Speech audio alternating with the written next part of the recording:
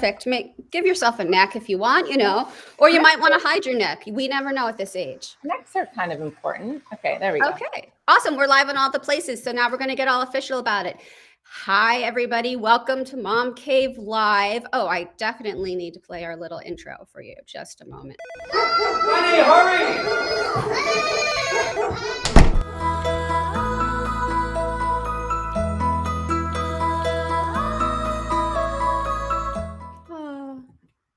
Welcome to MomCave Live, where we may have lost our minds, but we haven't lost our sense of humor. I'm Jen, and our guest today is Samantha Reynolds, and she's going to pop on the camera any second. Hi, Samantha.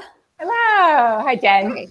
Are you a Sam or a Samantha? I'm totally a Sam. Yeah, I'll go clean my room if you call me Samantha. Good. I want it to be like, casual, so I felt like Sam is much more. Sam's more casual. Cool. Okay. So, so if you don't know who Sam is, she goes by the nom de plume. Is that how you say it? The nom de plume. The nom de plume. Yeah. It's a very fancy way of saying her writer name is Bent Lily on Instagram. And despite being a mom like the rest of us and having a real job and everything, Sam writes a poem every single day for how many years now? Well, I can count because my son's 12. So yeah, 12 years. Holy moly. Okay. There's so much to unpack there, and I can't wait to do it. Janice is saying hello from the Bronx. Hey, hello, Janice. If you have any questions for Sam, just pop them in the comments and I will read them out loud. And let us know if you hear an echo, because that happens sometimes on these things. Someone's telling me they hear an echo on Instagram already. Okay. So I'm going to try this. Let's just see if that helps. All right. So, Sam, tell me when the poetry started. Right. Well, my daily practice, I've always loved to write, but my daily practice of writing a poem really came out of being a mom. So I'd been given the advice when I was pregnant, the first year of, I hear an echo. Do you hear an echo, or it's okay for you? Oh, I do a little bit. Let's see if I can do anything about that. Make sure you're story, but I don't know if I need to hear it. I want to hear the story. Make sure your Instagram phone volume is down. Okay. Let me know if that's going to do it. How do I do that? One day this will work, everyone. Thanks for bearing with us in the meantime. We always try. Let's see. Just make sure it's there we go. Okay. That might help. There still might be a little echo. People watching, let us know. Can you hear us okay? We're waiting on that comment because you want to hear the story. Trust me. Okay. Okay. I don't hear the echo anymore. Awesome. Sounds good to me. Okay. Right. Tell me about when did poetry start? So I was given advice. I don't know if you remember this, but I was given advice when I was pregnant, this first year of you being a mom and this first year of your new baby's life, it's so fleeting. It's going to just it's, before you know it, it'll be gone. And really it might be hard, but really try to savor it because, before you know it, this little infant phase will be over. And I was on deck for it.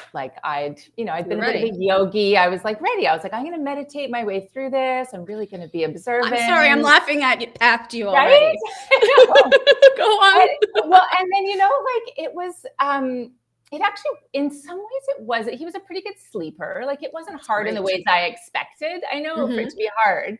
Mm-hmm. It was just so much more tedious than I expected. And I was really it made me really sad because I was I'm not, this isn't grueling. It's just kind of boring. Right. And then I thought, well, maybe there's another way to, I don't know, to make the best of this time. Mm-hmm. And for me as a writer, if I'm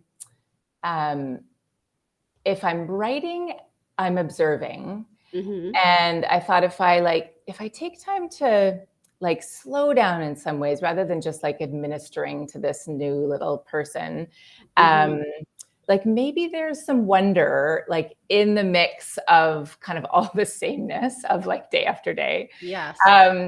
And I thought maybe I'll journal. And then I thought that seems sort of like amorphous. And I thought, oh, maybe I'll just write like one short poem every day about whatever. And it'll kind of like hone my observing instincts again.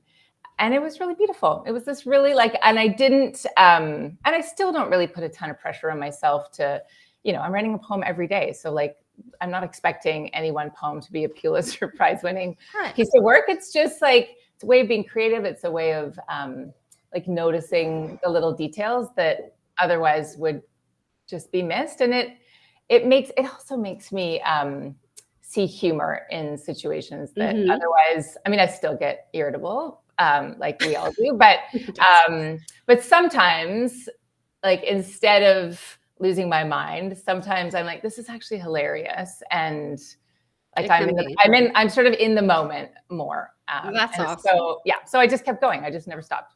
Okay. I have a lot to say about that. But first, I wanted to say, Instagram people, I hear you. They say they can hear me, but not Sam. Okay. If you can't hear Sam, she's going to try to adjust something, but if that doesn't work, go over to facebook.com/momcavetv, and we're also streaming there, and we're also on YouTube/momcave. All right. So I turned my volume back on. Let's see. Just turn it off.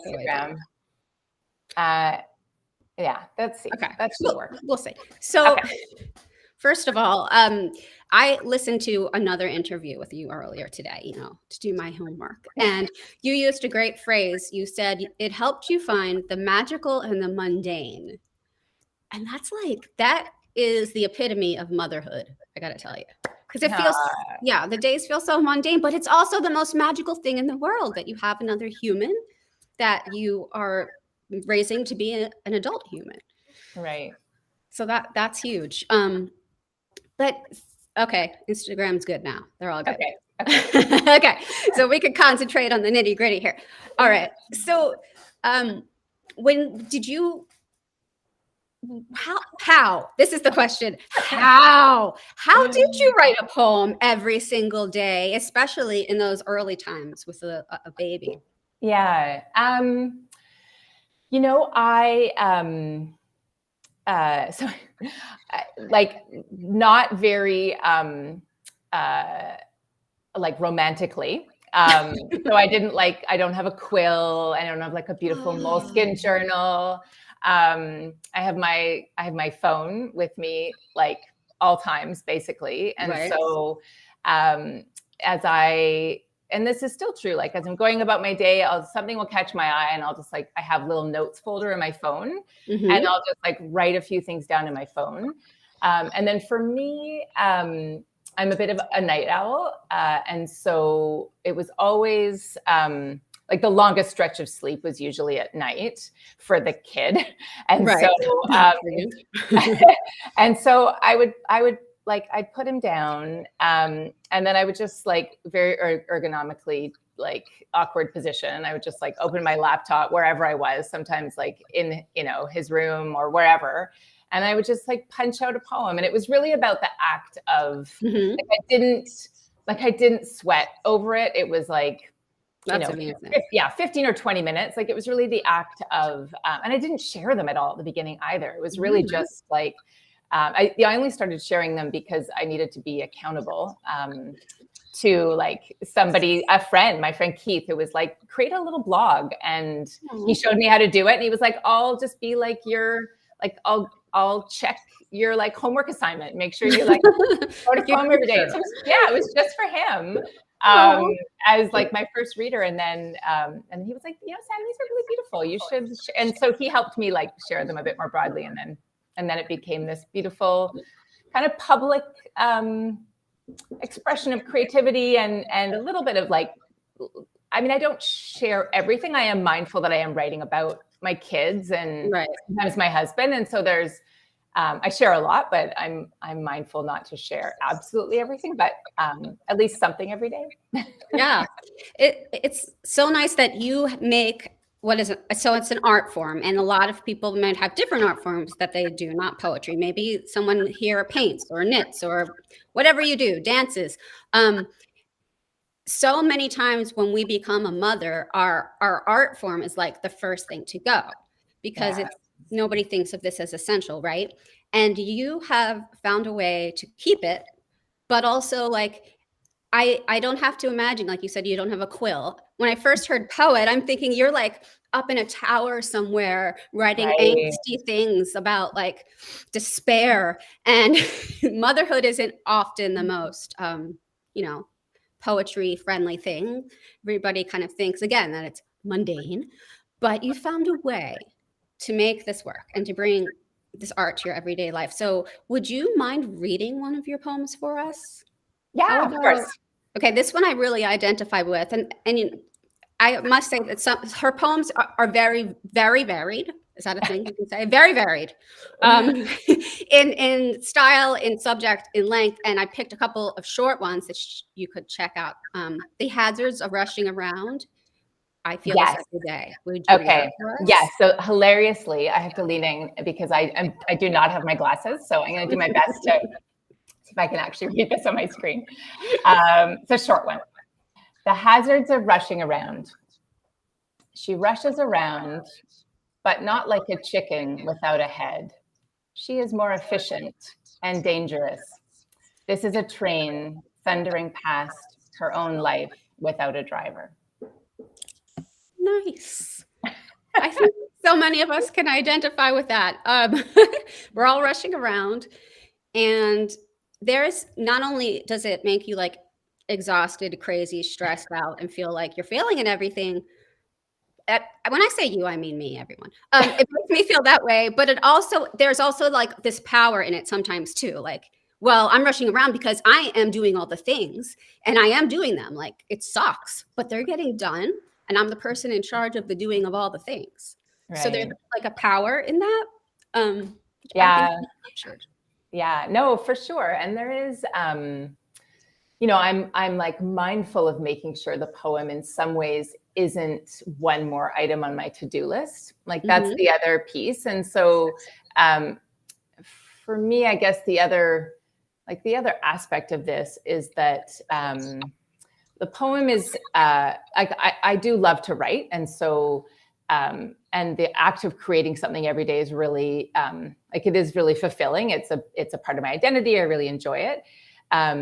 But the way that it kind of torques my way of being in a day to be more observant is actually the point. Like that is the point. And that's not really that's like blissfully not an item on a to-do list that gets checked off. It's kind of, I mean, like I'm no Zen master, like going about my life in like, harmony with everything. But it raises my frequency like even a little so that I am just like less brittle in the world and more in it. So that, it is because otherwise, I also run a company, life is busy. And so I don't want the poem to fall prey to that kind of hazards of rushing around, I guess. Right. I love to picture you writing the poem on different days. So a quiet day, a day where you're like, oh my God, my eyes are closing. I'm going to fall asleep, but I want to write the poem. I want to do it. I like to picture that. I have a question about what is the weirdest like place or circumstance that you were in and wrote the poem? Like you didn't have something to write on and you wrote it somewhere, or you're in a bizarre location and you had to do your poem. Oh, I would say, good question. I wrote a poem. This is a little bit, so I wrote a poem when I really should have been listening to a speaker, which feels like a bad thing to do because I also am a speaker and I would be really insulted if someone was like multitasking. But I did do that, like furtively, like so at the table. Let's see. I have written a lot of poems. So the bathroom is the only room in our house that locks. Yes. So I've like pretended to need to use the bathroom. That's many classic. times. Yeah, when I Classic mom totally move. haven't. Yeah, written Mhm. many poems written in our bathroom. As the kids get older too, and like they fall asleep later than I do sometimes. So it's Mhm. I have less of that like sacred time at night, quiet Yeah. time. So yeah, bathroom poems. Have I written a poem in a public bathroom? Maybe. I think you should compile a book of just called bathroom poems, just the bathroom ones. Totally. There are poems about bathroom things too, like Mhm. yeah, there's lots of poems Yes. about Oh, that brings me to something I wanted to ask you about because on MomCave we never shy away from bathroom things. We have that. tons. Nor should we, right? Nor should we. We have videos about and all of it. And again, you guys, if you want to comment and ask Sam a question of your own, please throw it in the comments. I'm watching them. I heard that you wrote a poem about your son's fascination and demanding to see a used tampon. Oh This yeah. year. I don't have the poem Wow. here, or I'd make you like act it out and do some artistic dance and what's it called, interpretive, whatever. But Right? Interpretive tampon dance? yeah, interpretive tampon dancing would definitely go over our mom Next cave time. well. Next time. Totally. Tell me about that. Yeah. So every once in a while, like I try to be honest in what I write about. But I'm a bit of a people pleaser. Like, and so I don't love and I really don't. I have the nicest community of readers. So I really don't like get the hate back ever. But I was great. like, I wonder if I'm going to get judged if I share this. Mhm. So it was one of the moments that I wrote a poem about. And then I really did deliberate, like, should I share this or will people really like slag me? Right. And it was basically that my son, God, he would have been like 7 or something at the time.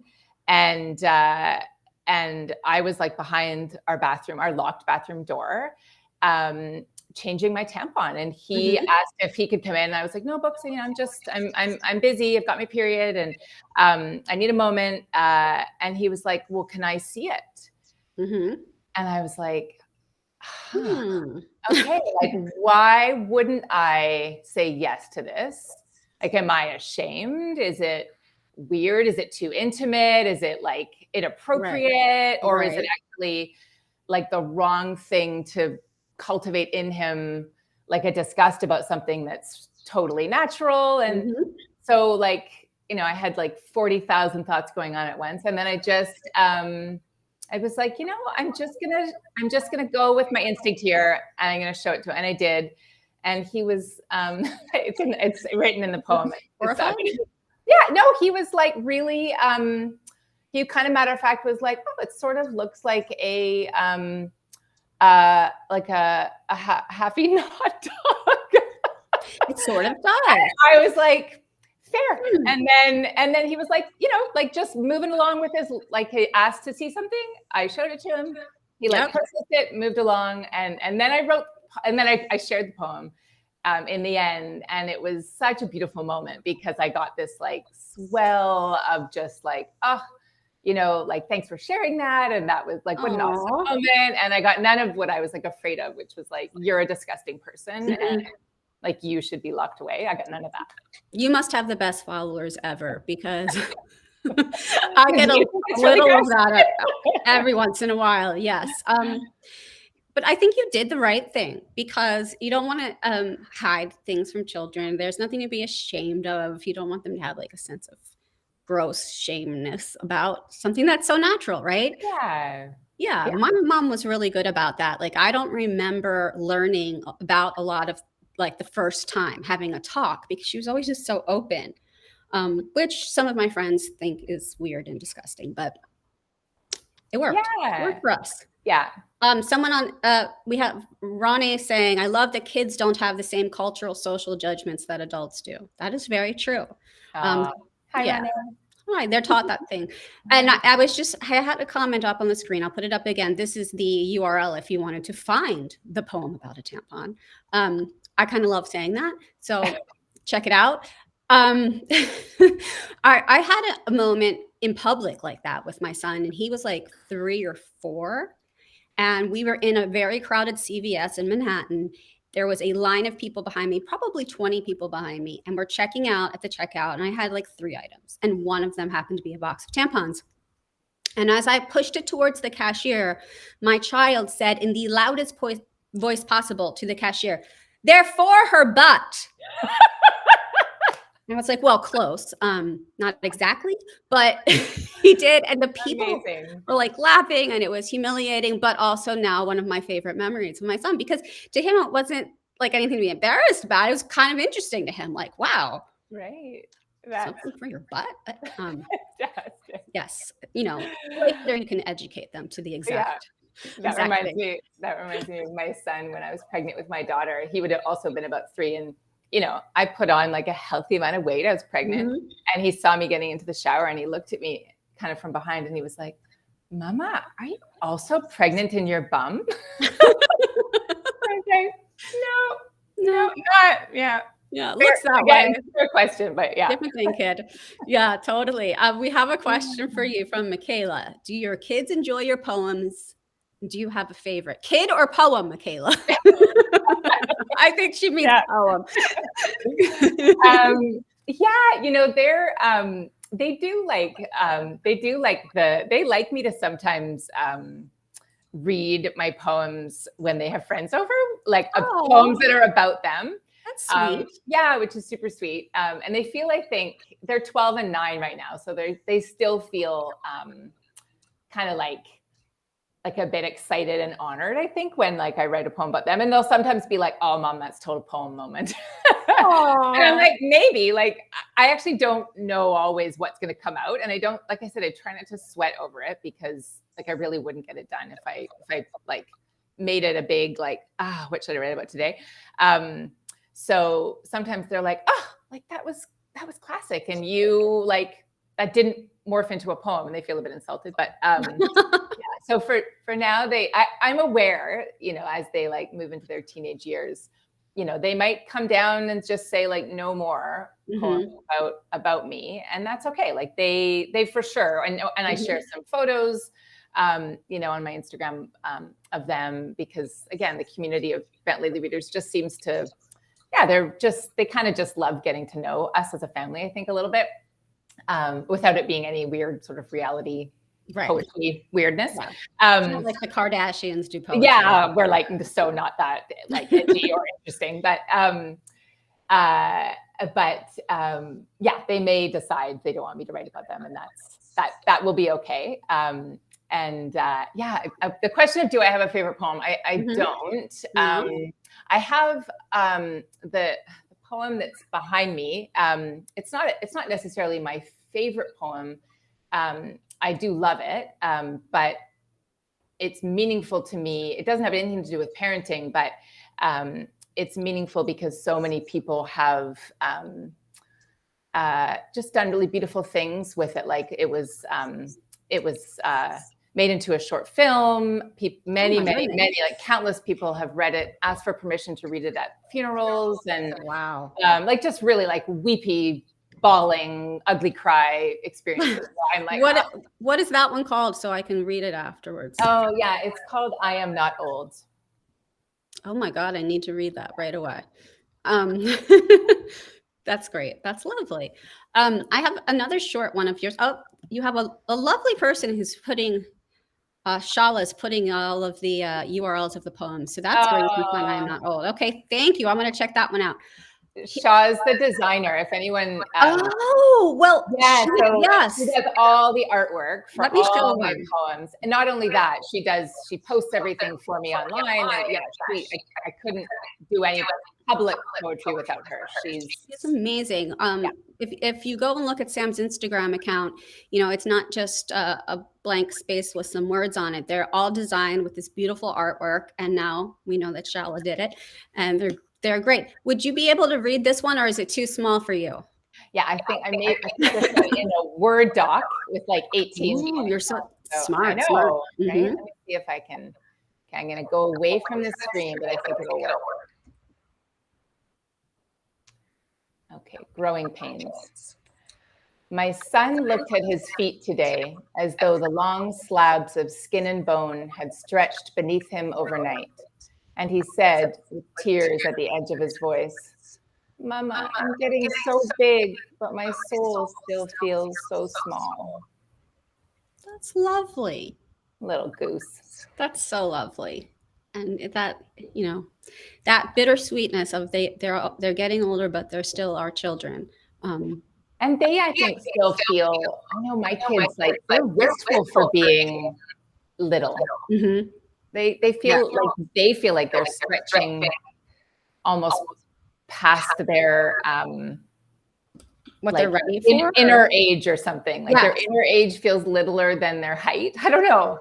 Well, I feel that way. I don't know about you, but like I don't inside I'm more the person I was at like 12. I mean, I feel like that's when I don't know, it just does. And so sometimes you look around and you're like, oh my God, I'm the grown up here now, Yeah. I'm in charge, but Yeah. we are who we are. That's amazing. I had this is a question I wanted to ask you, and I hope you'll be honest. Yeah. Of course, you're so honest you. all the time. You tell me about the tampon. So, have you ever missed a day and had to write 2 poems the next day? Yes, totally. Okay, good. Thank God. Because if you said no, it's gonna be like, I don't know if I can live up to it. So what I do, I'm a little type A, and also like I feel like if I give myself permission to miss, then like it'll be like a slippery slope and I'll stop. So what I do is I do like like the scrappiest version, which truly might be like, like one sentence, like it's like the start of something. And it's just, like I've fallen asleep before for sure, right? And gotten up and been like, I don't have it in me to like really like re-alert myself. But like, I'm just like, and like a little scrap comes out and then it's like, okay, I've documented done something. Yeah. And that's like so many things, if you can just do a little bit of it, at least you tried that day. If you're trying to do something on a daily basis, I used to dance all growing up, and a few years ago, I started taking ballet again. And then during the pandemic, I started being like, I'm going to do Zoom ballet every day. And I have done some kind of ballet every day since then, but sometimes it's literally like, 2 minutes, hurry up, get on the floor and stretch. And then some days it's the whole class, but at least I'm like, okay, I did something. I made a forward movement. So, and that applies to things like decluttering your house, all the stuff we do every day, right? Just make like a little movement. A little bit. Yeah. Totally.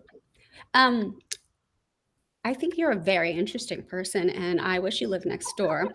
And I'm going to be reading your posts every day from now on. You guys, you can find Sam. Her Instagram name is Bent Lily, like the flower. And that's also your website, I believe. Is it bentlily.com? You can go to bentlily.com to learn more about her. There's merch. There's like shirts and things you can buy with these beautiful poems on them. And I would have read more and more, but I don't want people to be bored of me online. But I had a bunch that I loved. So thank you for talking with me. You guys go check out bentlily.com and be inspired that even if you're exhausted, even if you're fed up, you can do a little bit of something for you today. Yeah. And thanks for just being so funny, Jen. Like you, like that laughing is, it's kind of everything. So often it's everything. And beautiful gift. So thanks. You're so welcome. Thank you guys. And of course, I'm Jen from MomCave, momcavetv.com and at MomCave on all the places.